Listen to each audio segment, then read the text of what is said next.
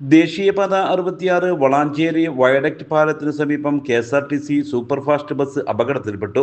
അർദ്ധരാത്രി 12 മണിക്കാണ് അപകടമുണ്ടായത്. അപകടത്തിൽ 4 പേർക്ക് പരിക്കേറ്റു. ഇവരെ വളാഞ്ചേരിയിലെ സ്വകാര്യ ആശുപത്രിയിൽ പ്രവേശിപ്പിച്ചു. കോഴിക്കോട്ടിൽ നിന്നും തിരുവനന്തപുരത്തേക്ക് പോകുകയായിരുന്ന ബസ്സാണ് അപകടത്തിൽപ്പെട്ടത്. ഓടിക്കൊണ്ടിരുന്ന ബസിന്റെ ടയർ പൊട്ടി നിയന്ത്രണം നഷ്ടമാവുകയായിരുന്നു. നിയന്ത്രണം വിട്ട ബസ് റോഡരികിലെ സംരക്ഷണ ഭിത്തിയിൽ ഏകദേശം 10 മീറ്ററോളം ഉരസി നീങ്ങിയാണ് നിന്നത്. അപകട സമയത്ത് 40ഓളം യാത്രക്കാർ ബസ്സിലുണ്ടായിരുന്നു. ഞങ്ങൾ ഒരു പാതി മയക്കത്തിൽ ഇങ്ങനെ പോകുമല്ലേ, അപ്പോൾ അന്നേരം പെട്ടെന്ന് ഒരു സൗണ്ട് കേട്ട് വണ്ടി ഇങ്ങനെ ആകാശത്തിൽ കൂടി പോകുമ്പോൾ പോകുന്നത്. പിന്നെ അത് കഴിഞ്ഞ് ടയറിൻ്റെ മണം വന്നു. ഞാൻ പറഞ്ഞു എല്ലാവരും കരച്ചിലാണ്, ബഹളോട് ബഹളം. ഞാൻ പറഞ്ഞു കരയല്ല പ്രശ്നം ഉണ്ടാക്കേണ്ട, ഇത് ടയർ പൊട്ടിയതാണ്, ഒന്നുമില്ലയെന്ന് പറഞ്ഞു. അപ്പോൾ അങ്ങനെ നോക്കുമ്പോൾ പിന്നെ വണ്ടി ഇങ്ങനെ ആടി വലിഞ്ഞ് അവിടെ കൊണ്ട് നിർത്തി നോക്കുമ്പോഴത്തേക്ക് മുമ്പിൽ നിന്ന് ചില സ്ത്രീകൾ മൂക്ക് അവിടെ പൈപ്പ് പിടിച്ചിട്ട് അവർക്ക് കുറച്ച് പരിക്കുണ്ട്. വേറെ ആർക്കൊന്നും പറ്റിയ കാണുന്നില്ല.